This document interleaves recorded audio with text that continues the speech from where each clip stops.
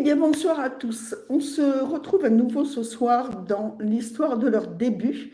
Et encore une fois, et comme toutes les semaines, je vais vous inviter, vous qui avez peut-être un projet ou qui avez décidé de commencer à démarrer quelque chose et qui êtes rentré en fait dans le train de votre objectif, qui est devenu, pardon, le conducteur de votre train vers votre objectif. Je vais vous inviter ce soir, encore une fois, à appuyer sur le frein, à sortir de votre rôle de conducteur et à venir avec moi. Et moi, j'ai envie de vous emmener ce soir dans le jardin entrepreneurial, dans le jardin des débuts de Cyril Guérard. Parce que, comme je le dis souvent, il n'y a pas qu'une manière de faire, il n'y a pas qu'une manière d'avoir des stratégies. Et ces émissions, ces échanges sont également faits pour vous amener différentes manières de faire, différentes stratégies et vous montrer qu'il n'y a pas juste qu'une seule vérité et qu'il y en a plusieurs. Alors Cyril, que je vais recevoir ce soir, Cyril est formateur dans l'immobilier, mais Cyril est aussi un geek. C'est aussi quelqu'un qui adore l'informatique. C'est quelqu'un qui propose des lives sur LinkedIn, mais toujours dans le domaine de l'immobilier. Et c'est en plus quelqu'un, mais on en parlera, c'est en fin d'interview, qui a pour objectif et pour obsession de remettre l'humain au cœur de la formation, au cœur du web, au cœur de ce qu'il fait. Alors, bonsoir Cyril. Bonsoir. Tu vas bien? Ça va bien, merci. Et toi? Ben écoute, très très bien, nickel. Alors Cyril, ben écoute, je suis très très contente de t'accueillir parce que voilà, on a eu des coachs, on a eu des bébés entrepreneurs, on a eu beaucoup de choses, mais alors des formateurs, pas souvent. Donc quelque part, ça va être aussi un autre point de vue. Mais avant tout ça, Cyril, est-ce que tu peux un petit peu nous dire qui tu es, te présenter un petit peu pour nos amis qui sont en ligne ou qui seront maintenant, ou qui seront d'ailleurs en replay? Eh ben, écoutez, déjà bonjour à tous, que ce soit en direct ou en replay. Donc moi, c'est Cyril Guérard. Je suis, formateur en immobilier.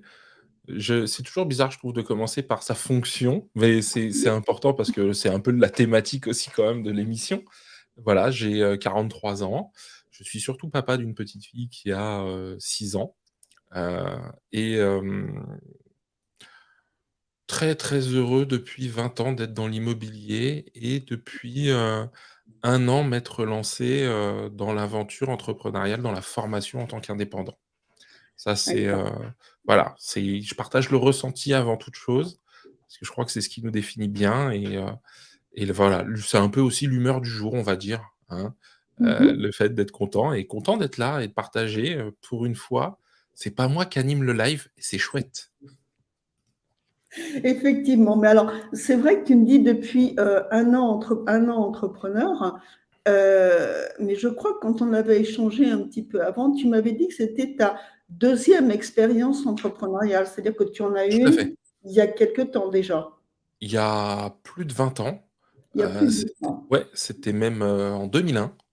En fait, pour faire court, je finis mes études, je vais à la fac. Ça dure même pas 3 mois parce que en fait, c'était beaucoup trop abstrait pour moi et à un moment, quand on sait pas quoi faire, on fait un truc qu'il faudrait pas faire, on va à la facilité et donc je suis parti dans un métier que je connaissais bien, celui de mes parents, la restauration. Donc, j'ai pris, je suis devenu à ce moment-là entrepreneur. J'ai créé une société pour, avoir un bar pub, restaurant, pour la faire courte, ça a duré 8 mois et ouais, c'était une très courte, expérience, mais en fin de compte, voilà. Je pense qu'il y a des choses qu'on doit faire par passion, qu'on doit aimer et bah, c'était pas forcément ma passion, c'était plus, ce que je savais, et donc ce que je connaissais, c'était certainement sécurisant. Mais ça l'a pas fait. Donc au bout de 8-10 mois, j'ai ouais 8 mois même, j'ai arrêté, j'ai stoppé les frais parce que, le déficit s'est creusé et je suis passé dans le monde du salariat. Donc ça a été une chouette expérience. Je suis passé dans le monde du salariat et c'est là, en fait, où je suis arrivé dans l'immobilier. À un moment, on se pose la question de ce qu'on aime, ce qui nous plairait et donc ouais, je j'ai un peu virevolté entre 2-3 jobs et 2003, j'ai commencé dans l'immobilier en alternance et puis j'y suis resté depuis. Donc en mois de septembre, ça fera 20 ans d'immobilier. Ok, mais c'est extrêmement important. Alors déjà, merci pour cette première clé, c'est-à-dire qu'en fait, quand on se lance en tant qu'indépendant, alors moi je parle effectivement souvent de porteur de projet quand on a une vision ou quand on a un objectif ou une envie, euh, l'important en fait, c'est de faire ce qu'on a envie et de ne pas faire, euh, je dirais, là où en sont les autres, en fait, puisque tu disais que la première expérience, ça a été juste la répétition en fait du domaine que tu connaissais, c'est-à-dire de ce que tes parents faisaient, Mmh. quelque part. C'est ça, mais c'est exactement ça, hein. J'ai pris, je suis rentré dans le même moule qu'eux, ils étaient commerçants, j'ai voulu faire la même chose, mais encore une fois par facilité, pas par, pas par envie, pas par passion, de la restauration, de ce genre de choses. Juste, je pense parce que, ça me faisait moins peur parce que je le connaissais. Voilà. Et donc, matériellement, on se rend compte que quand il n'y a pas de valeur en fait interne, d'envie interne de faire quelque chose, bah bien souvent, effectivement, on va dans le mur. Et ça, qui que vous soyez d'ailleurs en live ou en replay, c'est extrêmement important à comprendre. Quand on devient entrepreneur, on y vient quelque part par passion et non pas par obligation ou par suivi naturel, je dirais. Ça, c'est extrêmement important. Et donc, pas mal d'années de salariat. Et Oui. dans ce salariat, qu'est-ce qui à un moment a été le point de bascule pour dire, OK, le salariat, c'est bien, mais il y a autre chose, mais j'ai envie d'autre chose. Alors, bah, au début, je me suis pas du tout posé cette question, hein. Le salariat était très bien. J'ai travaillé en agence immobilière et cetera. J'ai basculé dans le monde de la formation, j'ai pu évoluer dedans. Je suis retourné un peu plus proche du terrain et c'est vrai que je pense qu'à un moment, heu, il y a déjà quelques années, hein, même en arrière, j'avais toujours ce côté indépendant, ce côté entrepreneur, qui était là, en fait. Mais certainement que ma première expérience a un petit peu calmé les choses, hein. Il a fallu que je la digère et cetera et puis, encore une fois, j'ai appris beaucoup de choses dans le salariat et mais à un moment, alors il y a eu je pense la conjonction de différentes choses, Mhm. le fait à un moment que, on va pas se le cacher, la crise sanitaire, on se retrouve un peu seul. Oui. Donc on cogite sur ce qu'on vit, sur comment on le vit, hein, quand on a un coup d'arrêt comme ça, on prend du recul sur ce qu'on fait au quotidien. Mhm. Le fait que, arrivé à un certain âge, la quarantaine, on va dire ça, hein, mais et peut-être avant pour certains, en tout cas pour moi, c'était là, tu vois? Le besoin d'exprimer ce qu'on a au fond de soi, de le faire à sa façon. Chez moi, à un moment, ça a été vraiment, quelque chose que je ressentais fortement, de se dire, on lance, on teste, on voit ce que ça donne plutôt que de se retrouver, et je l'entends totalement, hein, dans le monde d'une entreprise, peu importe la taille, mais que, certains disent: «Bah non, on va pas se lancer dans tel projet ou tel projet». Là, j'ai la liberté, je mets des guillemets parce que, souvent on Mhm. entend que l'entrepreneuriat, c'est la liberté. C'est une forme de liberté, c'est peut-être pas la liberté totale sur certains autres points, mais la liberté de entre guillemets, alors réfléchie bien évidemment, mais de faire ce qu'on a envie et surtout je pense ce qui résonne en nous. Et pour moi ça c'était super important et quand on se retrouve face à des personnes, encore une fois pour certainement des bonnes raisons qui nous disent: «Non, on va pas aller vers tel projet», il y a une petite frustration quand même, hein, quelque part et bah, quand on commence à les accumuler et qu'à un moment ça devient plus fort, il y a ça et la deuxième chose, c'est que, bah, il y a à peu près 2 ans, ma femme, elle, s'est lancée dans l'entrepreneuriat. Donc ça a des 2 entrepreneurs quasi en simultané, ça change les choses, mais le fait que de la voir faire, de pouvoir aussi un peu l'accompagner là-dedans, ça remotive à se dire, il y a quelque chose à tenter, il y a quelque chose à aller chercher. Ok, donc si je comprends bien, quelque part, le salariat t'a permis, d'une certaine manière, de faire tes armes, en fait, dans ce domaine, c'est ça? Ah oui, Donc, ah bah, c'est la mesure, en fait. Mais alors, ok, j'ai entendu au niveau personnel les déclencheurs, ta femme entrepreneur, ce désir de liberté, etc. Mais est-ce que durant le temps du salariat, est-ce qu'il y a eu des choses qui t'ont choqué ou des prises de conscience où tu t'es dit ça pourrait être amélioré, ça, je pourrais faire autrement si jamais je pouvais. Est-ce que tu as eu ce genre de choses-là, de prise de conscience? Alors oui, clairement oui, à différents postes, dans différentes entreprises. Après, j'ai toujours eu le côté où, à une sorte de, c'est pour ça que je parlais de l'âge et certains l'ont plus tôt, hein, bien évidemment, mais tu sais, de manque de confiance en soi, Mmh. d'affirmer, parce que je pense que dans certaines entreprises, j'aurais pu affirmer plus les choses pour peut-être les faire plus bouger et ça, c'est ce qu'on peut faire, hein. Après, il y a des entreprises qui le permettent, il y en a qui le permettent moins, mais je pense j'aurais pu le faire et que je le faisais pas. Donc, tu sais, tu mets de côté ce projet, tu mets de côté cette idée parce que tu dis: «Bon, encore» et puis il y a dans d'autres entreprises où très clairement, j'ai vécu le truc où, je savais qu'il y avait pas forcément soit d'évolution, il y avait pas forcément de possibilité de projet parce que c'était assez cadenassé, assez verrouillé, assez, hiérarchisé, tu vois, quelque part et que, Mmh. à un moment, il faut convaincre, l'équipe, le N+1, le N+2, voire le N+3. Ah, c'est beaucoup d'énergie. Là, au moins, la seule personne que j'ai au départ à convaincre, c'est moi. D'accord, donc C'est en fait, beaucoup on plus a simple. une énergie et une certaine forme peut-être de, comment dire? Je dirais aussi de responsabilisation parce que quand on est dans une entreprise, oui, on peut avoir des idées, mais on a toujours quelqu'un au-dessus qui peut effectivement nous couvrir. Alors quand on est entrepreneur, on s'expose en pleine, en totalité, en fait.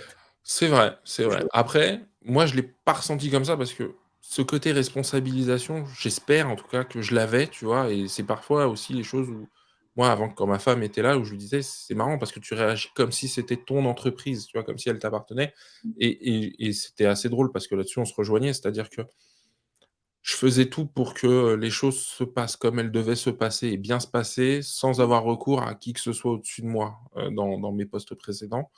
À OK. tort peut-être aussi parfois. Voilà, tu vois, on fait l'introspection en même temps, hein, ça va être ma thérapie aujourd'hui.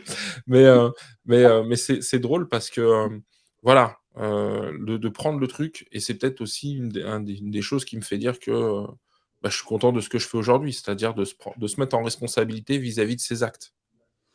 OK, et donc on arrive effectivement à il y a un peu plus d'un an et effectivement, comme tu le disais, il y a eu aussi toute cette période de crise sanitaire et c'est vrai que beaucoup d'entrepreneurs, dans ceux-là, avec qui j'ai pu échanger depuis le mois de février, certains ont créé en pleine crise effectivement et d'autres ont complètement,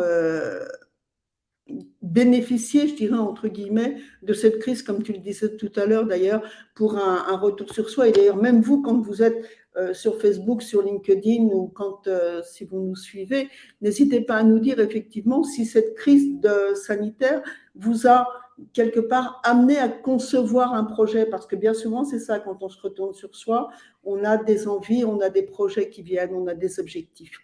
Ok, donc on crée. Concret. Qu'est-ce qu'on crée?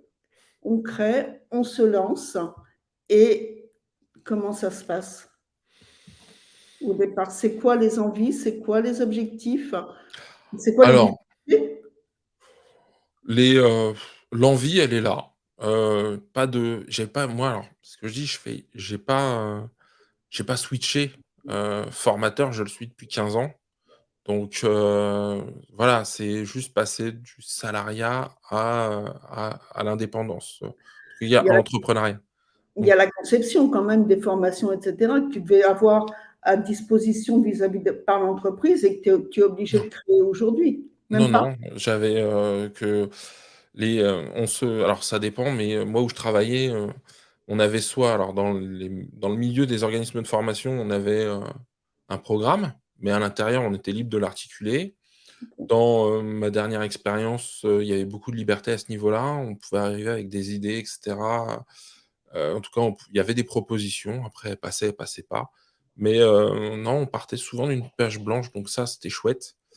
Aujourd'hui aussi, j'apprends certains rouages, mais non, c'est ça et l'objectif principal, si je devrais en dire un, ça peut paraître bête, mais c'est de prendre du plaisir, en fait et d'avoir, du sens dans ce que je fais. Avec, des découvertes. C'est-à-dire que, bah, oui, je si j avec l'expérience, c'est toujours facile de le dire après, il y a peut-être des choses que j'aurais faites différemment, de ce démarrage.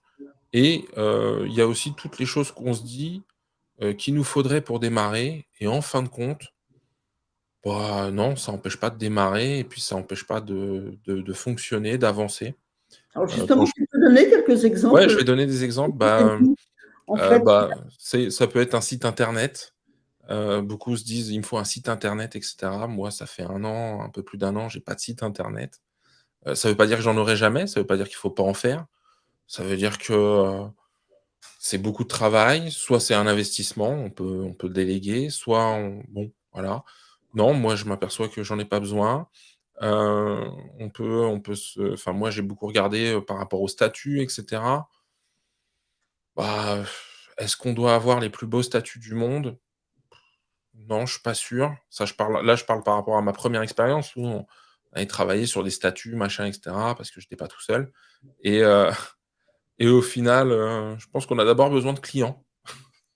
C'est bête, mais heu C'est moi je intéressant quand on crée quelque chose, effectivement, on va dire. bah, ouais, tu vois, enfin, c'est des trucs tout bêtes, mais alors bien sûr que certains peut-être me diraient: «Bah, envoyez-moi votre site internet, machin et cetera». Bah, mais c'est marrant parce que, quand on me dit ça, j'en fais plutôt une force.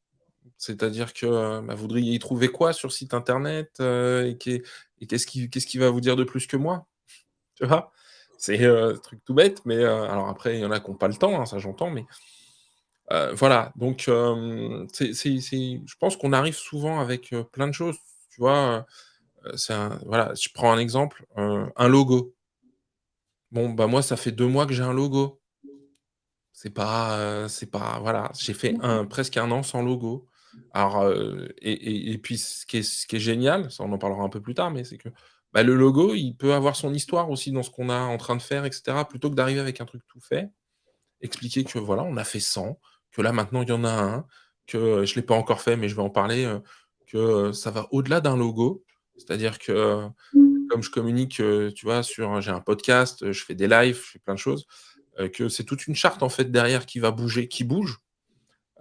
Juste la voir, ça a une conséquence plus profonde que ce que je pensais. Au-delà de, la symbolique qui est derrière et cetera pour moi, que je les valeurs que je veux transmettre et cetera. Parce que c'est pareil, tout le monde, ne connaît pas l'histoire derrière un logo et c'est ce sur quoi j'ai échangé avec la personne qui a fait le logo en disant: «Je pense qu'on y attache énormément d'importance parce que c'est notre logo, que les clients demain passent devant. Est-ce qu'ils vont se poser toutes les questions qu'on s'est posées? Je ne sais pas. Mais bon, maintenant il a le mérite d'être là. Donc, voilà, je construis petit à petit, c'est ça l'objectif, c'est de construire, c'est de faire quelque chose de ouais, de durable, tu vois? De pérenne. Ouais. C'est pas de devenir, le premier formateur de France, d'avoir toutes les personnes, c'est pas du tout mon objectif. C'est de prendre du plaisir et surtout que, les personnes, sortent avec des prises de conscience, des outils aussi, tu vois? Comment dire? De l'actionnable, de l'applicable, Mmh. quelque chose de pratico-pratique. Ouais. Mais c'est vrai que quand tu parlais du logo, bien souvent, celui qui le crée, le logo est important et vraiment, il représente ce que tu es à partir du moment, en fait, où tu mets ce que tu es pour toi. Moi, je vois mon logo pour moi, c'est un phénix, tu vois, ce sont des ailes de phénix, parce que le coaching, le fait d'accompagner les gens, bien souvent, ça amène une certaine forme de renaissance par rapport à ce qu'on peut être, à une évolution, à une renaissance, à une ouverture qui permet, en fait, de voir autre chose.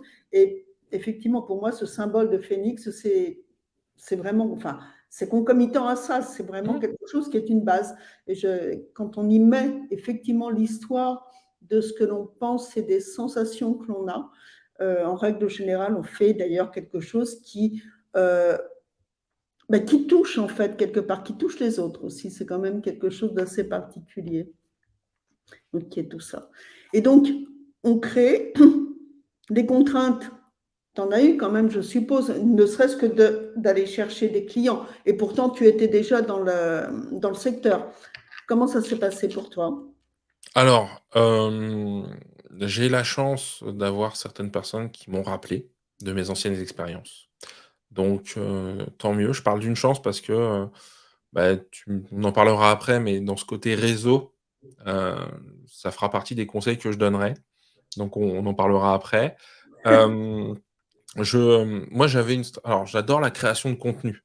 C'est-à-dire, Je fais un live, je fais un podcast dans mon domaine pro, Mmh. j'ai une chaîne YouTube qui n'a rien à voir avec ça. Enfin, j'en ai une sur mon domaine pro, mais qui me sert plus à stocker mes lives et mes podcasts et j'en ai une autre chaîne YouTube sur un autre aspect, passion de ma vie qui est la tech. Donc on en avait parlé, tu vois? Le côté geek, que j'ai depuis quelques années maintenant et c'est pure passion. Donc créer du contenu, créer que ce soit des audios, des vidéos, ça me plaît beaucoup. Et il y a de l'évolution. On en parlait tout à l'heure, tu me disais qu'avec les lives, on s'améliore un petit peu à chaque fois, qu'on en fait. Bah, c'est la même chose. C'est-à-dire que moi, je reprends ma chaîne YouTube, elle a démarré il y a un peu plus de 6 ans. Bon, je l'ai laissée en pause très longtemps parce que, bah, le travail me prenait du temps. Puis j'ai eu ma fille, en fait, 2 mois après avoir lancé la chaîne YouTube, ce qui est pas du tout le bon timing. Mais, je me souviens que je on ne me voyait pas. Les gens me voyaient faire, c'était des tests produits, voyaient que mes mains. Mmh. Et la crise sanitaire a fait qu'on est passé au visio et cetera. Donc dans mon métier, j'en ai fait beaucoup, devant du monde et naturellement, ça m'a amené à me dire: «Bah, écoute, maintenant, je vais me montrer aussi en vidéo». Voilà, l'acceptation, la confiance et Mmh. donc bah, cette création de contenu, elle m'a amené à, aujourd'hui, revoir les réseaux sociaux complètement différemment et mon canal d'acquisition principal, ce sont les réseaux sociaux. Je n'exclus pas parce que, et je fais un petit coucou à tous les professionnels immobiliers, à aller en direct, voir, des agences ou des personnes que je peux croiser, des professionnels immobiliers pour voir comment ils reçoivent, en fait, eux qui démarchent tous les jours, savoir eux comment ils acceptent qu'on les démarche. Juste, ouais, le côté un peu scientifique de la chose, le côté expérience. Je dis pas que je le ferai jamais, mais voilà, moi, ce sont les réseaux sociaux, c'est des échanges, on part d'une discussion, on voit, les gens m'expriment un besoin ou pas et ce qui est assez drôle d'ailleurs parce que j'ai contact avec des personnes auxquelles je n'aurais pas pensé avoir contact non plus. Donc j'ai des particuliers qui viennent et qui me demandent des conseils pour, trouver le professionnel qui verrait les choses comme moi ou qui accompagnerait comme moi je demande à ce que je sois accompagné et cetera. Alors attention, hein, je dis pas que tout le monde doit faire comme moi, mais en tout Mmh. cas qu'il y a les valeurs qu'on partage, voilà, parce que les gens viennent sur les valeurs, en fait. Oui, complètement, effectivement. Aujourd'hui, on se rend bien compte que la simple promesse d'une vente ou autre chose, c'est quelque chose qui ne marche plus, ou tout du moins un bénéfice, c'est quelque chose qui marche difficilement et qu'effectivement, les gens ont besoin de contact, alors que ce soit par les réseaux sociaux ou en présentiel, effectivement, quand c'est possible, mais on retrouve en fait ce besoin de contact, ce besoin de relation qui est vraiment, qui pour moi, réaugmente en fait après cette crise sanitaire. On a une période où on était très distant et aujourd'hui on sent effectivement ce besoin à nouveau de contact qui arrive complètement, quel que soit d'ailleurs Mmh. le canal, absolument. Et donc là-dessus, donc on a des clients, les clients viennent et je suppose que c'est un petit peu, il y a des contraintes quand même qui arrivent en même temps, il y a des difficultés. Bah, il y a une déconstruction de certaines idées reçues. C'est-à-dire que Intéressant. ouais, bah, Franchement, parce que, moi je prends un exemple, je m'en rends compte, je le partage, hein, c'est que je sais. je voulais, enfin je veux toujours, c'est toujours mon aspiration, mais faire des formations sur mesure. C'est-à-dire partir vraiment du besoin de la personne, prendre le temps de décortiquer, de savoir par exemple, je prends les cas d'un professionnel immobilier qui aurait une équipe à gérer, des besoins de l'équipe, savoir et cetera et cetera. Sauf que quelque part, quand les gens viennent vers nous, ben, on leur propose une page blanche Ouais. et bah, ça a beaucoup de difficultés pour certains de se projeter. Mais c'est S souvent on la même pourrait chose en coaching. En coaching, un coach, s'il part avec juste, comment dire, faut faire ça, faut faire ça, faut faire ça, c'est pas très très bon. Un coach, au départ, tout du moins, c'est ma vision. Et comme tu partageais, je me permets de rebondir là-dessus. Pour moi, un coach, c'est au départ un livre blanc sur lequel c'est le coaché qui va écrire en fait ce qu'il a besoin de faire. mmh, Et une fois qu'il a trouvé ce qu'il a besoin de faire, on peut l'accompagner dans l'accomplissement de ce qu'il fait, mais ce n'est pas à nous de le diriger sur un besoin, c'est à lui de l'exposer. ouais, bah, écoute, moi je suis parti de ce constat-là et je me suis aperçu que pour certains, c'est très compliqué. C'est très compliqué parce que comme tu parles d'une page blanche, ils ont pas de concret sur quoi s'appuyer. Je prends un exemple, si demain je fais une formation alors que si je parle par exemple d'engagement client, de prospection, peu importe, beh, ça laisse une base de travail tu vois? Et on peut construire les choses, en fait, derrière, tu vois? Parce que ça donne une première pierre, en fait, sur laquelle on va bâtir les choses. Alors on peut partir très large, mais voilà, j'en ai qui arrivent en me disant: «Bah» je me rends compte de ça. Après c'est juste, moi, une vision que je partage en me disant: «Beh, il y a des personnes qui ont cette capacité à se dire: "On va partir d'une page blanche et je vais exprimer"», et il y en a qui l'ont fait et on accepte ou pas le fait d'y aller. Et il y a des personnes qui, n'y arrivent pas du tout, en fait. Ça les perturbe qu'on leur dise pas: «Tiens, je viens avec telle proposition». Donc maintenant, dans mon processus, de découverte, d'échange, c'est vrai que, en posant quelques questions, on se rend compte si les personnes ont besoin d'être plutôt, alors moi c'est de la formation, pas du coaching, mais plutôt orientées, plutôt guidées, voire, avec des propositions, et peut-être qu'on les fera évoluer, et celles qui n'ont pas besoin et qui vont vraiment bien exprimer, qui vont se sentir, tu vois, libres, et cetera. Donc ça, si tu veux, c'est ce que je veux mettre en avant dans les difficultés, c'est juste, on part avec une idée, tu vois, ou une idée reçue, en se disant: «Tiens, je vais proposer ça, ça va être génial, ça se voit pas, et cetera». Et au final, on adapte, en fait, en permanence, que ce soit aux clients ou aux personnes. Mais moi, ça, c'est vraiment un truc, ouais, qui a été difficile pour moi parce que j'étais sûr de ça. En plus, dans les idées reçues, heu, il y en a une aussi, c'est je suis formateur et donc moi, j'adore, me former aussi, tu vois? Apprendre. Bien sûr. Heu, il faut accepter que tout le monde n'aime pas ça. Tu vois? On pourra toujours me dire: «Ils sont pas tombés sur le bon, machin». Je suis d'accord, on peut tomber sur des gens qui ont eu des mauvaises expériences, et cetera. Mais, il y a des personnes qui en voient pas l'utilité, et ça, c'est l'expérience Oui, qui me fait dire, c'est-à-dire, elles viennent, parfois un peu contraintes et forcées. Dans l'immobilier, aujourd'hui, il y a des obligations de formation, il y a un certain nombre d'heures à faire, chaque année ou sur 3 ans, et hem et c'est marrant parce que ce sont des personnes qui l'expriment, hein, parfois ouvertement, et ce que j'aime bien, c'est que ça rajoute un peu de piment, pour moi. C'est-à-dire que, si à la sortie, ils en sortent avec, «Ah, je m'attendais pas à ça», ou, «Tiens, ça m'a fait voir les choses différemment», pour moi déjà, c'est un bon pas. oui, complètement. C'est la même chose en coaching, mais c'est vrai que quand on fait de la formation et surtout de la formation en groupe, on est d'accord que quand on arrive dans une entreprise, il y a des fois, on a les gens qui sont à la formation, il y a ceux qui sont intéressés, puis il y a, sans méchanceté aucune, ceux qui sont au fond de la classe appuyés sur leurs joues en disant bon, allez, encore une heure, et puis vivement que ce soit fini, quoi. Et c'est là, effectivement, le challenge de pouvoir, je pense, et ça doit être probablement ce que tu fais, de pouvoir les attirer, en fait, les interroger quelque Ouais, part. c'est de la construction. On construit ça, et puis, moi, j'aime beaucoup les mises en situation, les jeux de rôle, donc c'est des choses qu'on fait, plutôt que de faire, parce que si je l'ai fait pendant quelques années, dans un job passé, tu sais, les La 3 heures formation, avec un PowerPoint et tout ça, c'est long pour tout le monde, ouais. La et la formation, mise en action, elle est sympa. ouais. Et je suppose que quand tu fais tes jeux de rôle, c'est justement le fond de la classe que tu vas chercher. Oh, on les prend aussi, bien évidemment.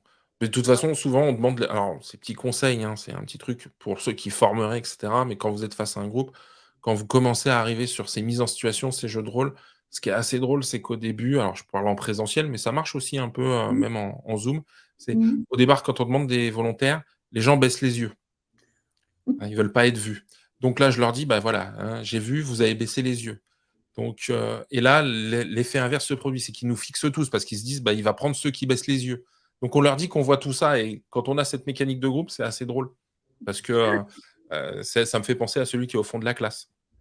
Oui, oui, effectivement, je me cache et puis non, si tout le monde regarde, je vais être dans le groupe, comme ça, il ne me verra pas, en fait. Mais c'est toujours le fait de mettre un masque, effectivement, de pouvoir se cacher, et c'est quand même assez difficile après de se mettre à l'avant. Ok, très très bien tout ça. Maintenant, moi, il y a quand même une chose qui m'intéresse, c'est quand on crée comme ça, Mmh. sous, ça a été quoi vraiment tes premières réussites, tes premières victoires après avoir créé? Et Après qu'est-ce que tu avoir as créé, ressenti? mmh, 1re réussite, la première formation, la première où, je vais être très direct, hein, on signe la première convention de formation, on a les premiers retours. ça s'est plutôt bien passé, même très bien passé. Hem, c'est en fait, c'est tout bête, hein, mais je crois que moi, ça je fais le lien avec l'immobilier, c'est toutes les premières fois, en fait. Tu sais, c'est la première facture que tu fais, j'en avais jamais fait de ma vie avant, pas comme ça et cetera donc heu, ces trucs, c'est la pre on n'y pense pas, mais c'est un peu quand je fais le lien avec l'immobilier, c'est comme quand on achète un bien ou quand on rentre la première fois, même dans quand on son nouveau lieu de vie, tu sais, ce 1er tour de clé, la première fois qu'on l'a visité, la première fois qu'on y a dormi, parfois on avait de l'appréhension et cetera. Moi, je sais que, c'est ça, en fait, qui est bien, pour moi, c'est de me dire: «Tiens, heu, j'arrive à certains caps». Heu, tu vois, je me suis pas fixé des objectifs, tu vois, inatteignables. J'ai plutôt, des objectifs pessimistes pour, avoir des bonnes surprises. C'est juste ma façon d'être. Hem et comment, et je suis allé chercher ça, c'est le 1er épisode de podcast, mais moi maintenant mon podcast à chaque dizaine, je fais un épisode un peu plus, personnel. Tu vois? Dès que j'arrive à une 10. Heu, je numérote, alors ça c'est un truc que je donne, quand je dans la création de contenu, je numérote mes épisodes de podcast et mes lives, mais je mets 3 chiffres. Je sais que mon objectif, c'est au moins de débloquer le compteur de chaque chiffre, donc il faut que j'arrive à la centaine. OK.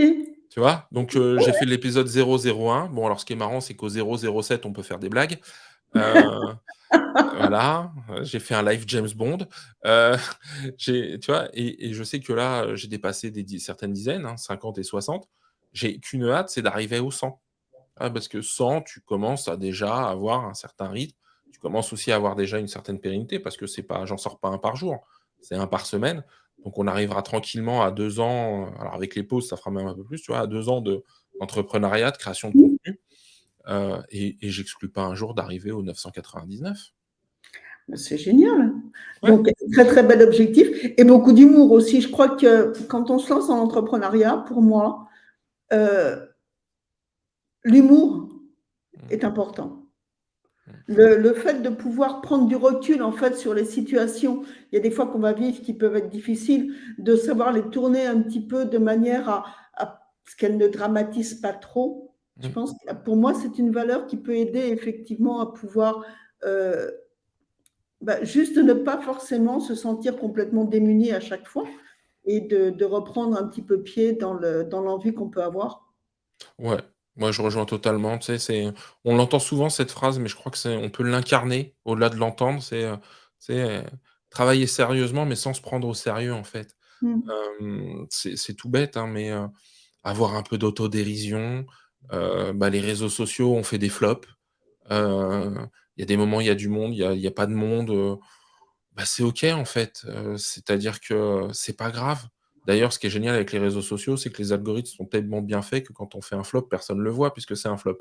Donc il est pas mis en avant. Non, mais ouais, c'est génial. C'est-à-dire que tu fais une publication qui marche pas, bah, puisqu'elle marche pas, personne la voit, donc on nous en retient pas et puis, au pire, j'ai envie de dire, ceux à qui ça embête parce qu'ils sont allés sur un sujet qu'ils maîtrisaient pas ou j'en sais rien, bah, 1 semaine plus tard, on va sur la publication, on clique sur supprimer et puis ça y est, elle est plus là, quoi. Ce Ouais, que je veux dire il y a autre chose aussi. Moi, je sais que ça m'est arrivé de faire des publications qui ont fait des flops sur le moment mmh et en fait qui ressortent maintenant, 6 mois après, en me disant: «Waouh, c'est génial!»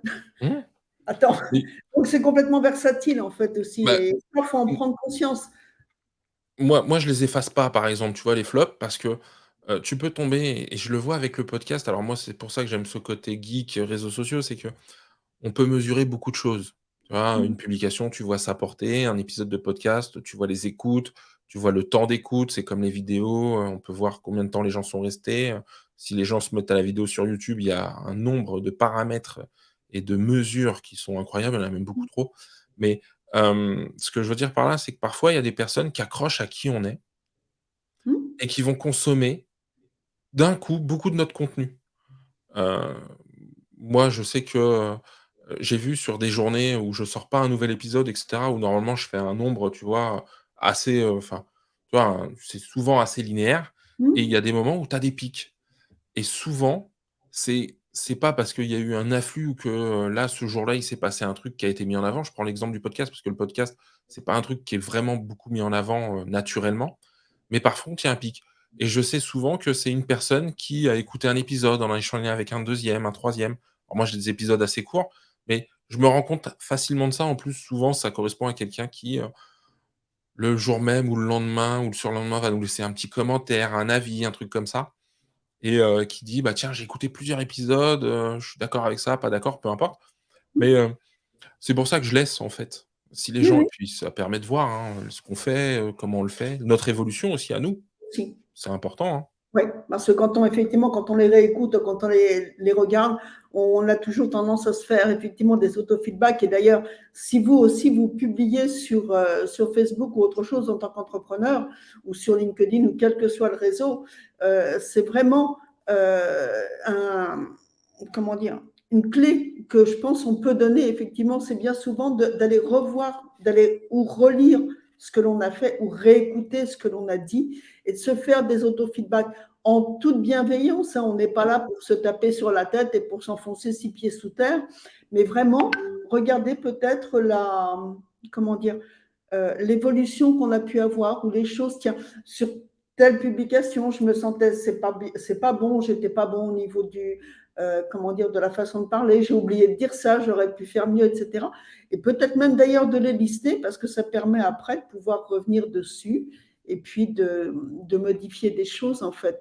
Et ça, c'est des principes de développement qu'on a dans toutes les formations, etc. C'est génial.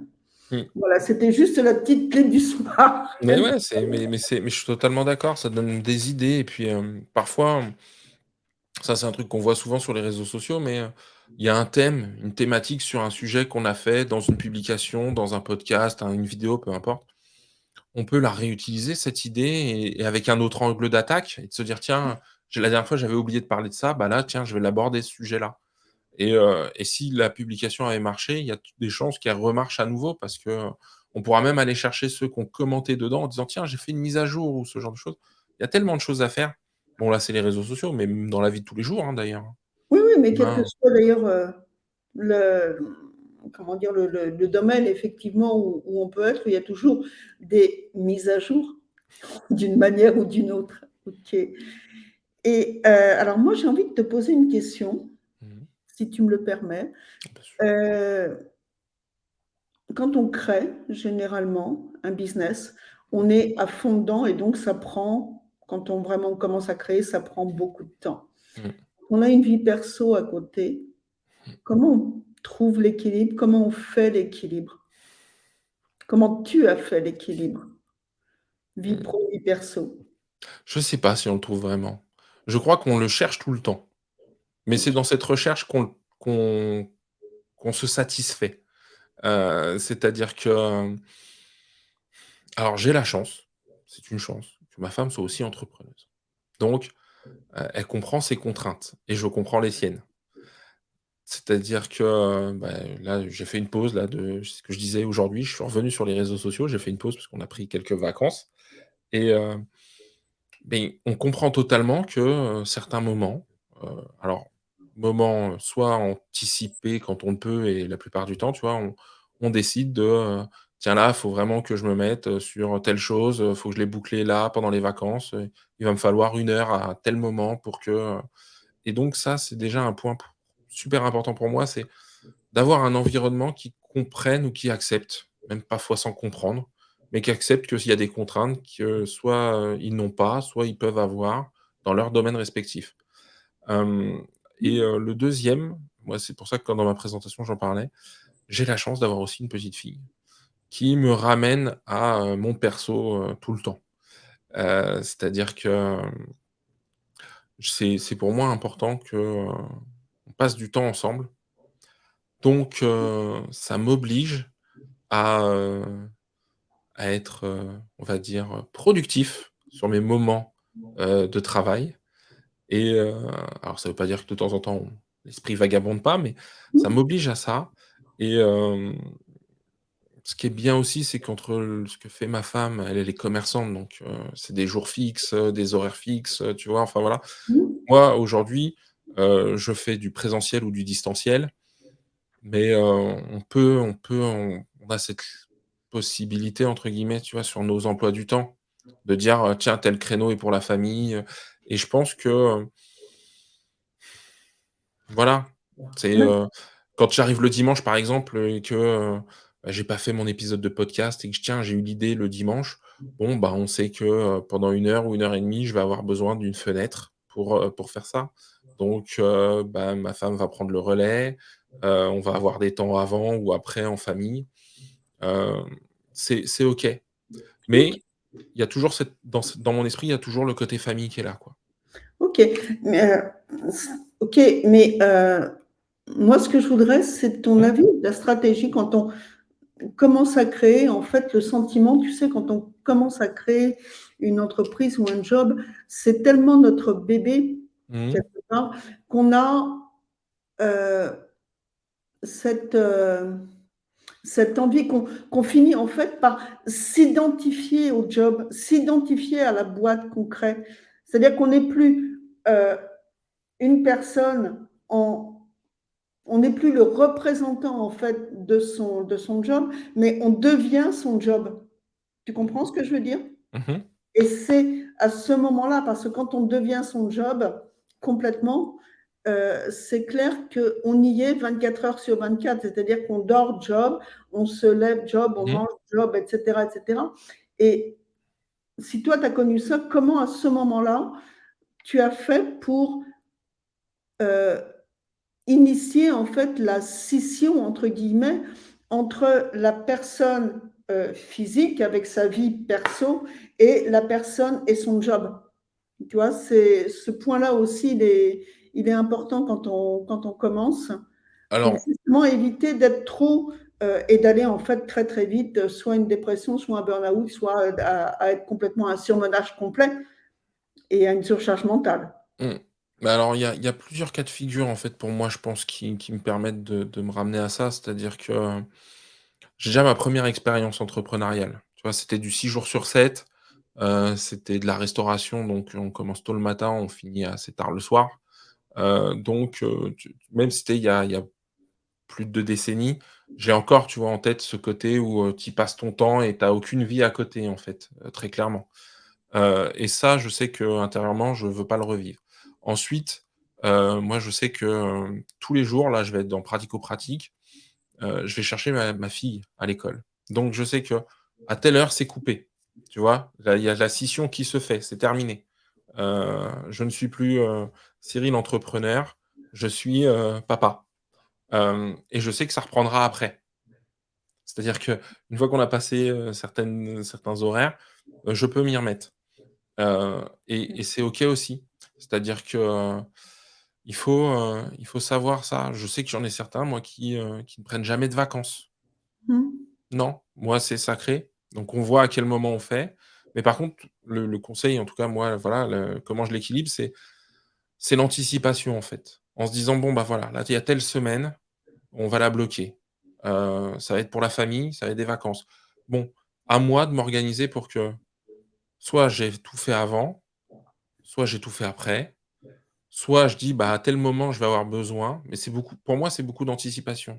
Alors, j'ai un métier qui me permet de le faire, tu Bien vois? Parce sûr. que, il y en a qui sont entrepreneurs, et qui ont des contraintes, plus importantes.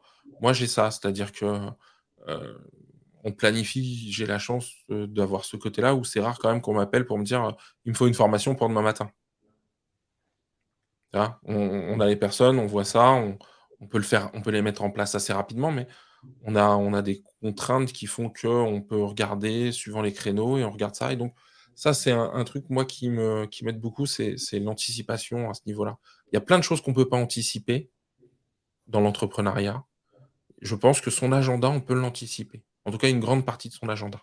OK, c'est ce que tu as fait dès le début quand tu as commencé à créer ou c'est venu Non, avec le temps, en fait, non, avec la non. pratique? Ah non, au début, tu es à fond, tu t'arrêtes pas. Justement, c'est cette période-là qui m'intéresse au début, tes Ah bah compétences non, au et début, donc comment tu fais et donc quelle est la stratégie que toi tu as employée pour pouvoir faire cette scission? Alors peut-être ta fille effectivement ou heu, voilà, il y avait pas de comment tu stratégie, c'est juste qu'à un moment, tu t'aperçois que, fais cette conscience? Bah, c'est plus une prise de conscience. C'est-à-dire que, je vais être très clair, comme on est 2 entrepreneurs à la maison, quand tu t'aperçois que, moi je vais prendre mon exemple, quand ma femme était là certains week-ends, bah, moi j'étais enfermé dans mon bureau. Mmh. Sauf que là, tu prends conscience que tu as plus de moments en famille. Donc l'idée, c'est pas de faire de la garde alternée. Je vais être très clair, tu vois? Oui, Donc tu te complètement. dis: «Non», le soir, à un moment, tu te poses, tu te retrouves quand même, enfin moi, en couple et donc là, tu te dis, «Ouais, faut qu'on trouve un équilibre», tu vois? Et donc bah, c'est tu prends des décisions. Alors, après oui, je prends l'exemple, je pourrais créer du contenu, le samedi, le dimanche, tu vois? Créer des podcasts, préparer mes publications, tout ça. Bon, bah, non. Voilà, je le fais de temps en temps, mais de façon beaucoup plus, raisonnée, tu vois? Et Mmh. et puis tu prends des routines aussi, tu vois? Moi, avant, faire un épisode de podcast ou préparer un live me prenait beaucoup plus de temps que, 1 an après. Donc Bien sûr. faut savoir sur quoi on lâche, faut lâcher le perfectionnisme. C'est un grand truc en ce moment qu'on voit partout, mais c'est vrai. Quand je dis c'est vrai, c'est où on met le curseur, en fait. Parce que les épisodes moi, je prends l'exemple des épisodes de podcast. Au début, faire un épisode me prenait une demi-journée ou une journée. Mmh. C'est beaucoup de temps pour un épisode de 15 minutes et d'ailleurs, c'est pas très efficace et rentable et Rentable, vraiment pas. Efficace, quand on commence, il faut bien ça fait commencer. partie de l'apprentissage. Et comme on dit souvent, et moi c'est aussi quelque chose que je prône aussi en coaching, alors que c'est pas du tout dans l'air du temps de notre société aujourd'hui. C'est-à-dire que tu acquiers une compétence à partir du moment où tu peux faire une chose 1000 fois. Et plus tu vas la faire, plus tu vas acquérir de compétences et de rapidité. Or aujourd'hui, on est dans une société où je fais un truc tout de suite, il faut que ce soit fait tout de suite, bien, maintenant, rapidement, et il faut que ça marche. Mais ça ne marche pas comme ça, en fait, du tout. Non. Quand tu commences quelque chose, la première fois, effectivement, c'est imparfait, c'est pas bon, c'est pas ci, c'est pas ça. C'est juste ce que tu es capable de faire, en fait. Et, et c'est OK, c'est bien. Il Mais faut le ouais. fait de répéter va permettre d'améliorer, en fait. Mmh. Et il faut souligner, je pense, ceux qui ont l'audace de le faire. Moi, c'est ça qui je trouve génial, c'est-à-dire qu'ils se lancent, ils ce n'est pas parfait, mais ça vient du cœur et ça s'améliorera avec, la répétition, les feedbacks qu'on aura, les retours des gens, des personnes qui seront assez bienveillantes pour prendre le temps de nous faire un retour et et tout ça, ça fait partie du truc, en fait. C'est-à-dire que tu prends mais moi, voilà, si j'en reviens à l'équilibre vie pro, vie perso, c'est plus une conscience parce que il y a des moments, et encore aujourd'hui, hein, tu te réveilles la nuit, tu as une idée, «Qu'est-ce que j'en fais? Est-ce que je me relève? Est-ce que je vais sur mon ordinateur?» Ouais, je dis pas, mais bon et il y a une forme d'acceptation. Une fois qu'on accepte, je trouve que c'est plus simple, plus facile, Oui, heu, de se dire, c'est en fait, le fameux «c'est OK», tu vois? Bah, écoute, il y en a plein qui disent: «Faut préserver sa santé». Moi, je suis totalement d'accord avec ça. Mais à complètement. un moment, quand tu as une idée qui te vient, que ça cogite et que tu te rendors pas, bah, plutôt que de faire, dérouler boulet dans le lit à essayer de retrouver le sommeil, bon, bah, moi, écoute, j'ai la chance de pouvoir me lever, d'aller travailler, de déranger personne.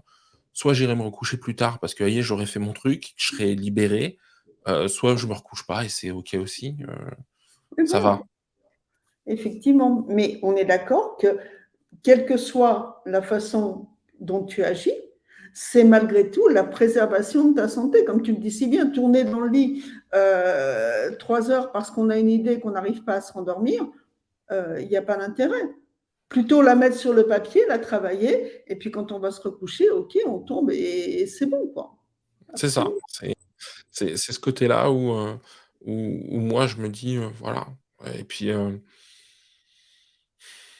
C'est bien souvent là aussi qu'on dit que dans l'entrepreneuriat, on n'a pas d'heure. Non, parce qu'on est tellement soumis en fait enfin, ouais, d'une certaine manière, on est soumis à nos idées quelque part. Il y a des gens qui sont créatifs la nuit, le matin, à deux ouais. heures, 3 heures, et c'est là où il faut en profiter en fait, quelque part. Alors, Donc, on a certainement, tu sais, des pics d'énergie, des moments où on est plus créatif et le fait de juste se connaître et de savoir à quel moment après, parfois, on a des contraintes qui font Après, moi, ce que je dis, je fais, dans mon salariat, j'avais pas d'heures non plus pour moi. Mais, ce qui voulait peut-être dire que j'avais déjà encore, tu vois, c'est toujours ce côté entrepreneurial chez moi, mais, heu, quand il fallait faire et puis, bah, ça m'est déjà arrivé de finir avec un collègue en échangeant, à 00:00, 1 heure du matin en échange pour parce que le lendemain, il y avait un webinaire à faire et cetera, mais bah, c'est OK, tu vois? C'est bon, ça fait très longtemps que le 17 ou le 18 heures est passé et il y a une conscience à développer et puis je lui prenais du plaisir, hein, très clairement aussi à échanger pour se dire: «Tiens, comment on va le construire?» et cetera, donc c'est, c'est juste ça et après, faut j'ai beaucoup de mal, alors c'est peut-être un côté rebelle que je cultive maintenant, mais tu sais, avec les injonctions de, faut faire comme ci, il faut faire comme ça. Il y a tellement de possibilités que Absolument, absolument. Écoute, moi heu, il y a quand même quelque chose, moi, qui m'intéresse énormément parce que je l'ai vécu aussi, c'est quand on c'est l'annonce qu'on comment est prise, en fait, l'annonce que l'on quitte le salariat pour se mettre en indépendant ou pour créer quelque chose ou qu'on a dans l'idée de on a toujours des gens que je respecte, hein, il y a pas de souci, mais que j'appelle des bonnes âmes, en fait, qui sont proches de nous, qui sont dans notre entourage ou un peu plus loin et qui viennent, bah, nous mettre en garde, en fait, contre tout ce qui pourrait éventuellement nous arriver, en fait, qui viennent nous dire leur peur. On est d'accord, mais comment on gère ça? Comment tu as géré ça au départ, toi? Est-ce que tu as eu déjà affaire à ça? Et si oui, comment tu l'as géré? C'était quoi ta stratégie pour l'accepter ou dire aux gens ça suffit ou je sais pas? alors les bonnes âmes comme tu les appelles, donc là tu parles de ma petite maman, heu, Tu le dis, c'est pas moi. non, non, mais moi je le dis, là dans les personnes que tu as décrites, en tout cas dans la façon, c'est ma maman, qui m'a dit ça, hein: «Tu vas quitter le salariat, tu as un bon poste, un bon salaire» et cetera, donc c'est des peurs projetées, ce qui est très drôle d'ailleurs parce que, elle a fait, les, heu, les 4/5 de sa vie professionnelle en tant que commerçante, donc indépendante. Mais il y a aussi une forme d'expérience, hein, là-dedans, hein, je dis pas. Mais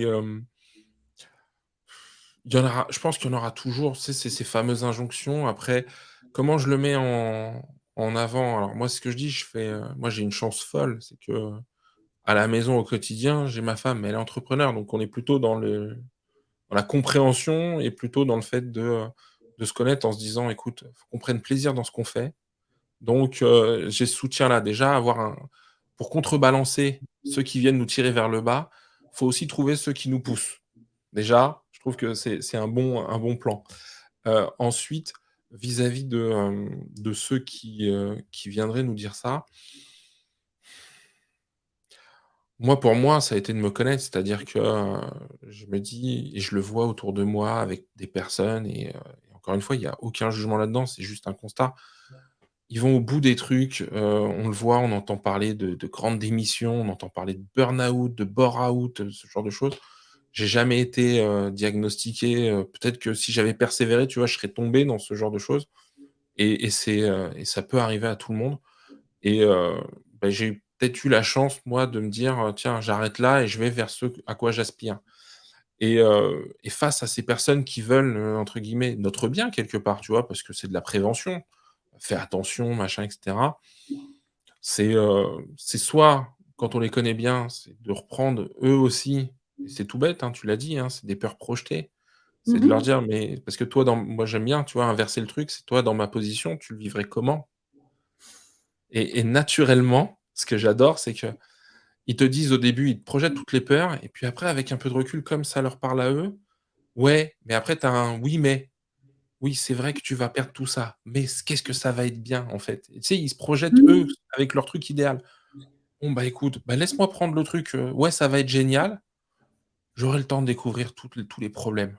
T'inquiète pas, il y a même des problèmes qu'on n'aura pas vus, qui arriveront quand même. Donc c'est comme ça que moi je l'ai géré. J'aime bien le côté, tu vois, l'effet un peu miroir et de s'entourer des personnes qui vont nous pousser aussi. Ah, c'est Il en vraiment faut une pas 50. C'est vraiment une clé géniale, ça, effectivement, de retourner en disant, mais si tu étais à ma place, tu ferais quoi? Ça, je vous invite à la retenir, cette clé-là, si vous voulez vraiment créer quelque chose, parce que ces peurs projetées, bien souvent, comme tu me dis, Cyril, elles nous tirent vers le bas, c'est quand même assez difficile. Et comme on n'est pas, euh, je dirais complètement, il y a des fois sécuritaire quand on crée quelque chose, on est quand Mmh. même assez fragile. Et ces peurs-là, oui, elles ont tendance, il y a des fois, à être assez agressives. Le fait de prendre un peu de recul et de les retourner, euh, ouais, c'est assez drôle en fait, mais je crois que c'est une très très bonne clé que tu es en train de donner là. Vraiment, c'est vraiment une clé qui est Bah à prendre en note bah, complètement. le truc, c'est juste que je pense qu'en plus, comme tu le dis, c'est des personnes qui nous sont très proches souvent qui nous font ça, donc on les connaît plutôt bien. Donc on sait quel métier, à côté de quel métier ils sont peut-être passés ou qu'est-ce qu'elles ont pas osé faire. Donc l'idée, c'est pas de se dire: «Prends ma place de formateur», c'est toi, si demain tu avais l'occasion de faire ce qui te plaît en tant qu'indépendant et cetera, tu aurais peur de quoi? Mais ça t'amène enfin voilà, ça t'amènerait quoi aussi? Et Absolument.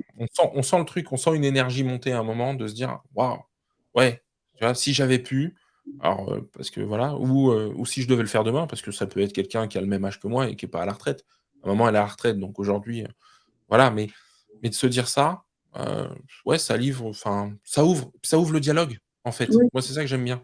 C'est qu'on est en d'accord. train d'échanger sur, un truc et on n'est pas juste en train de s'envoyer des arguments, tu sais, «Tu vas avoir telle contrainte, tu vas avoir ceci», ce qui Ouais, ouais. on n'a pas Mais besoin de ça. le dialogue, c'est effectivement la base de l'écoute, Mmh. de l'écoute active et de savoir, c'est ce qu'on dit en PNL aussi, hein, c'est de pouvoir, euh, comment dire, la carte de l'autre n'est pas notre territoire. Et on n'a pas tous la même façon ni de voir les choses, ni de les ressentir. Ok. Cyril, si jamais tu avais aujourd'hui, si je te demandais de te retourner sur toute ta carrière de formateur, etc., qu'est-ce que tu en dirais, qu'est-ce que tu en tirerais comme, comme leçon, comme bénéfice, comme Waouh! synthèse? Hem,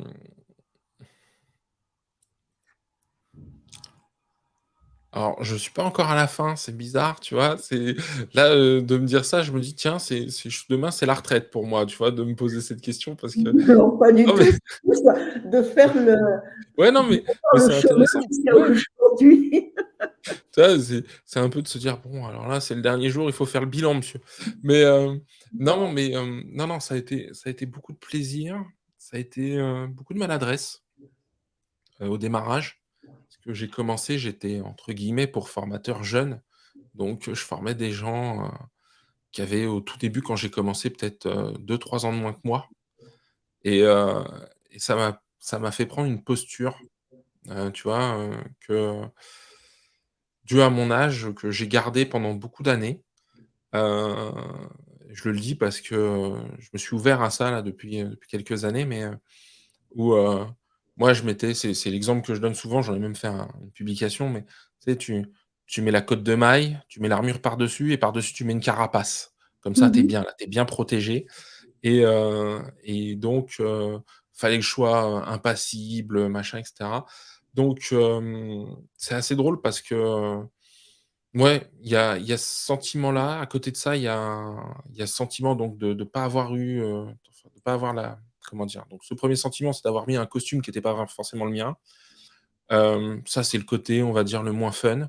Après, il y a Mhm. un côté fierté parce que, il y a des personnes que j'ai accompagnées, qui sont toujours dans l'immobilier, qui ont créé leur boîte et cetera, avec qui depuis que je suis entrepreneur en plus, beaucoup plus depuis que je suis entrepreneur d'ailleurs, j'ai renoué contact ou en tout cas on a eu des échanges et tu sais qui me remémorent des choses que j'aurais pu leur dire il y a 10-12 ans, tu vois, par exemple et tu te dis ça, c'est des choses qui les accompagnent déjà depuis 10-12 ans.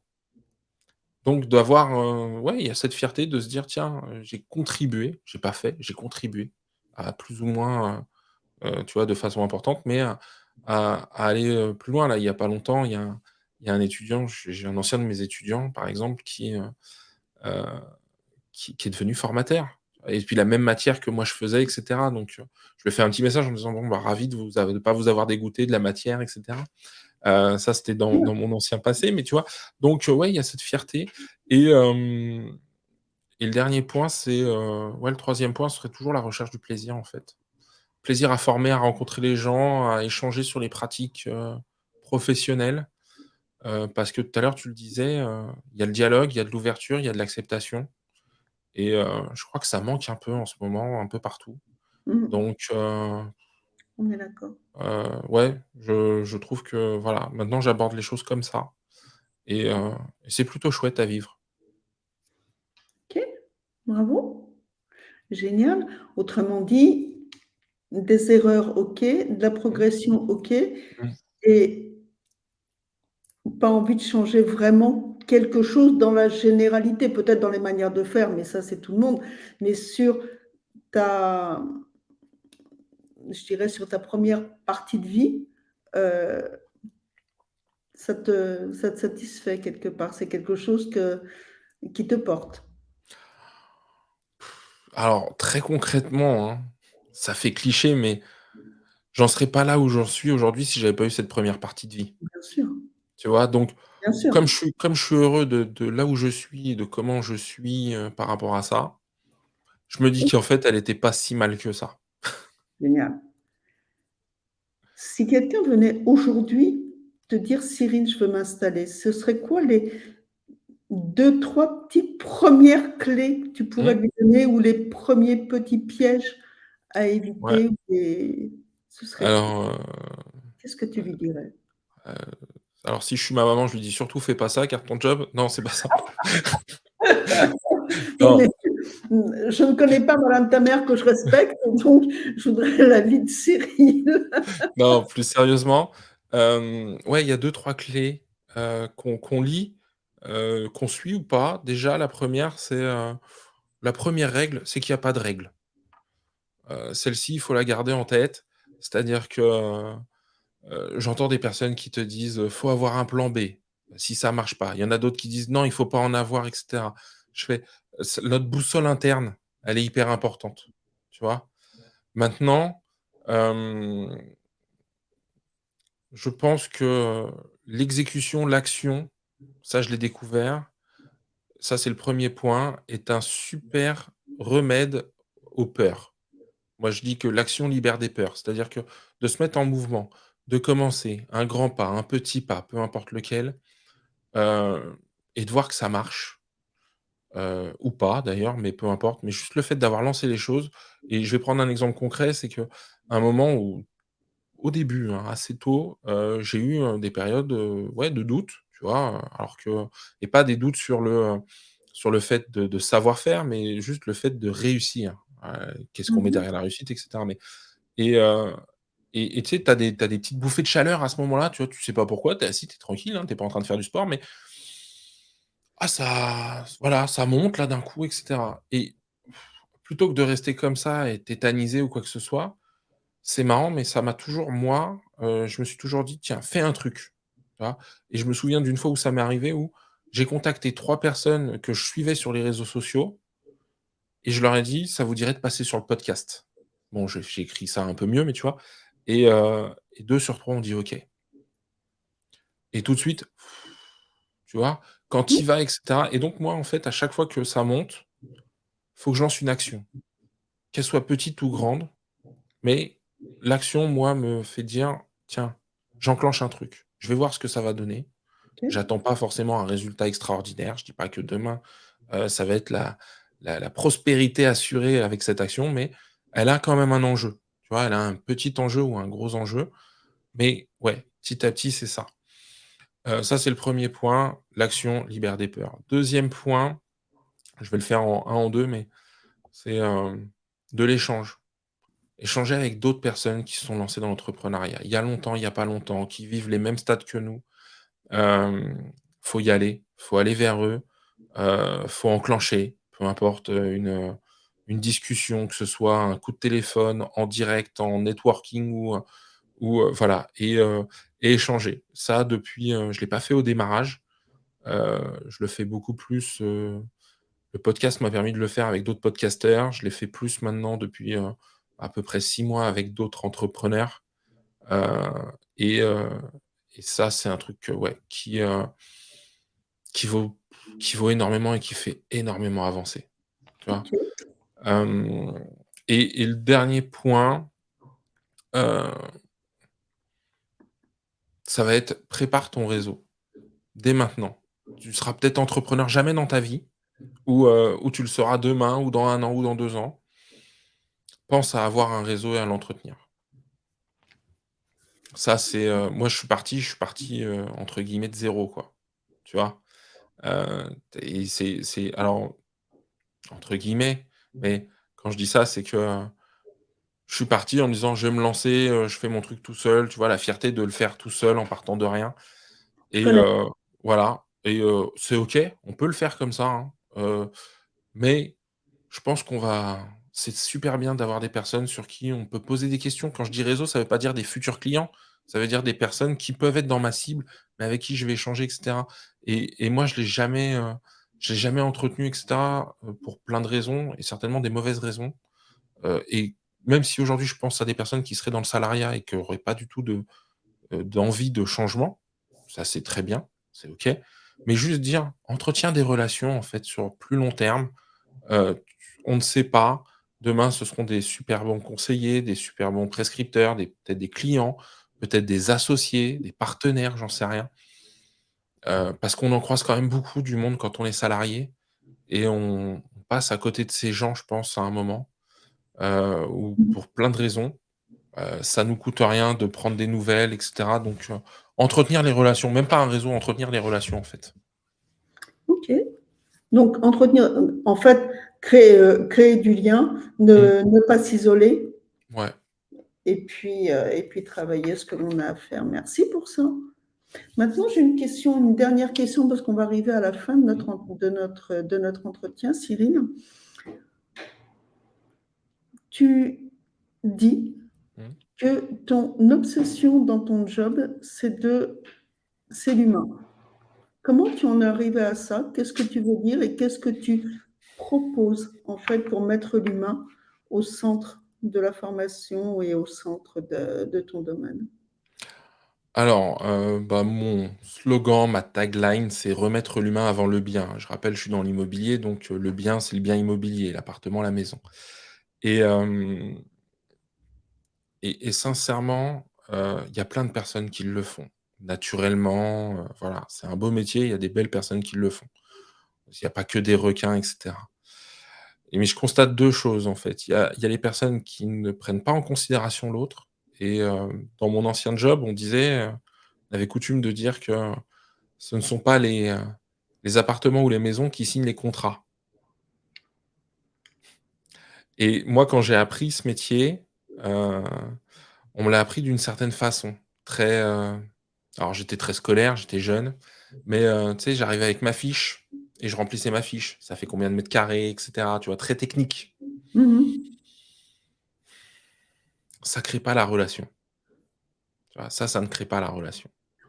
Heu, ça montre un côté professionnel, pas de problème, mais ça ne crée pas la relation.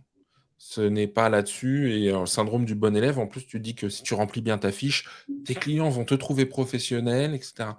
Aujourd'hui, on est dans un monde, je prends l'immobilier, hyper concurrentiel et il y a de plus en plus de personnes qui rentrent dans l'immobilier. Alors, il y en a qui en sortent aussi, hein, mais il y en a de plus en plus qui arrivent à l'immobilier, donc on se retrouve facilement face à 2, 3, 4 concurrents, voilà et mon obsession, elle est double, en fait. C'est redonner les lettres de noblesse à ce métier, parce que je trouve que c'est un métier magnifique. Les clients qu'on accompagne quand ils sont, quand ils sont sur un achat, une location, peu importe, je vais prendre ce côté-là, c'est un projet de vie, en fait, qu'ils ont. Mmh. Donc, bah, redonnons, tu vois, l'importance au projet de vie et c'est pour ça que je parle de l'humain, parce que, souvent, ce qui accompagne ça, heu, c'est des sentiments. Tu peux être confiant dans ton projet, tu peux avoir des doutes, des craintes, des peurs, tu peux avoir de l'enthousiasme, enfin, tu vois, en fait, il y a des émotions Mmh. et une partie, de ce que je délivre, alors il y a 2 choses. Il y a une partie qui est axée là-dessus, tu vois, sur, questionner notre client sur ce qu'il ressent. Ça paraît bête, mais peu de personnes, voire trop peu le font, alors que souvent ce qui déclenche, une prise de décision au démarrage, en tout cas, c'est une émotion. Quand Après tu expliques ça dans tes formations, qu'est-ce que tu as comme forme de réaction? Alors, il y en a qui me disent qu'ils le font naturellement. Ça sera ça, j'arrive après sur ma deuxième partie, et il y en a qui te regardent les yeux écarquillés. Parce que, moi, il y a ce que j'appelle les poncifs de l'immobilier, tu vois? C'est on fait comme ça depuis 20 ans. Et je dis pas que ça ne marche pas, hein. Je dis juste qu'on fait comme ça depuis 20 ans, mais on fait tous comme ça depuis 20 ans. Donc aujourd'hui, j'aime beaucoup, moi, les personnes qui arrivent, qui viennent pas de l'immobilier, qui arrivent avec juste ce qu'ils ont, même parfois peu de formation derrière elles, mais par contre qui ont un vrai, comment dire? Une vraie empathie, une vraie accroche, en fait, avec les gens, tu vois? Un vrai Une vraie connexion. engagement, en fait. Bah, alors l'engagement, après, tu peux l'avoir, mais il y a ce Ouais, côté, tu vois, un où il y a une véritable connexion. engagement humain, Oui, pardon. oui, tout à fait. Beh, c'est exactement ça, et donc dans les formations, il y a ce côté-là, et après, moi, j'adore, me former, comme je le disais tout à l'heure, sur, les comportements, les neurosciences, la communication interpersonnelle, et cetera, et après, tu y mets de la technique, mais pas pour dire: «Je vais être technique». Non, c'est: sois d'abord toi, exprime-toi, partage aussi. Ce que je dis, parfois maintenant, je fais: «Comment demander à l'autre de s'ouvrir si toi tu t'ouvres pas?» Et deuxièmement, je leur dis: «On va y mettre de la technique». Mais quand je dis de la technique, c'est pas de la technique, pure, de communication, c'est plus de la technique en se disant: «Prenons une situation et analysons-la, et analysons-la, mais pas de notre point de vue de professionnel». Parce que souvent on se dit: «On va se dire ça et ça», mais analysons-la du point de vue du client. Quand tu lui dis ça, quelles sont les réactions qu'il peut avoir? Quelles sont les interprétations qu'il peut avoir? Hem et c'est des trucs tout bêtes, mais ça vient à l'encontre de moi, ce qu'on a pu m'apprendre quand j'ai démarré, et l'exemple que je donne très souvent, c'est, bah, moi, on m'a toujours dit, «Tu commences un rendez-vous, tu fais ça, ça, ça», tu vois? Je fais, et il y a un exemple que je dis, souvent, c'est, j'ai toujours entendu dire qu'il fallait driver son client, tu vois? Même dans les commerciaux, il y a pas que dans l'immobilier, tu vois? C'est toi qui mènes l'entretien, et cetera. Je fais: «Est-ce qu'on a vraiment besoin de ça? Est-ce qu'on a besoin de contrôle à tout prix?» Et j'apporte, des questions, des opportunités, des alternatives, tu vois? Mais les gens me disent: «Ah, c'est vrai que, il y a plus de souplesse, ça laisse, tu vois, plus de trucs Mmh. pour installer la relation, en fait», tu vois? Est-ce que j'ai vraiment besoin d'arriver en disant au client, «Faut commencer comme ça»? Est-ce que je peux pas lui offrir un choix quand on commence la relation, tu vois? Plutôt que de dire: «Bon, bah, je vais le driver», je fais, tu vois, ce côté, parce que ça, c'est une phrase qui m'a marqué, mais moi, quand on m'a appris, on m'a dit: «Il faut driver, les clients». Je fais: «C'est pas des chevaux», tu vois? Je fais, «Je peux pas les emmener où je veux, comme je veux». Et on m'a toujours dit: «Si, si, c'est à toi de mener», et cetera. Après, et c'est là où c'est intéressant, c'est une vision, ça correspond plus à moi, ma façon, et c'est ce que je dis souvent en formation, j c'est la personnalité de chacun. Il y a autant de méthodes et de façons de faire que de personnes. En revanche, on a tous des outils. Bon, bah, on rajoute des outils, et puis chacun aura un panel, parce que, et je terminerai là-dessus parce qu'on parle de l'humain. Je trouve que l'humain, il déteste ne plus avoir de choix possible. Tu sais, quand tu arrives au bout du bout et que tu es enfermé dans un truc, et bah, l'idée, c'est de le permettre d'avoir du choix, et donc dans mes formations, c'est de dire: «Bah, tu as le choix de plein de façons de faire différentes, et on va toutes les décortiquer. On va toutes les regarder». En tout cas, on va regarder une grande partie, toutes, ce serait peut-être un peu présomptueux. Mais on va regarder une grande partie, je vais t'en amener des nouvelles, et comme ça, quand tu seras face à une situation, tu auras du choix Oui, en c'est ça, fonction de tu ton client. auras, comment dire? Plus tu seras, à l'écoute, en fait, de ton client, plus tu vas ouvrir d'opportunités et de champs pour pouvoir y répondre ou pas, ou proposer ou pas certaines choses ou pas. Oui, complètement, Bah, c'est ce que je dis, hein, je fais, absolument. il y a plein de choses à faire, et dans ces échanges et dans ce côté humain, il y a il y a énormément de travail. Mais les coachs le font très bien, tu vois, dans cet accompagnement, et cetera, et on s'aperçoit que, moi, ce que je dis la plupart du temps, c'est les clients ont déjà les réponses, en fait, Oui. tu vois? Un client, il sait, si son appartement, il le met plus cher, au prix du marché ou en dessous du prix du marché. Il a déjà fait ces démarches-là. Au fond de lui, il en a déjà une idée. Après les virgules, les trucs comme ça, on est là pour l'accompagner, bien évidemment. Mais, Oui, il y a des heu, fois, il en a peut-être pas conscience c'est vraiment, ça.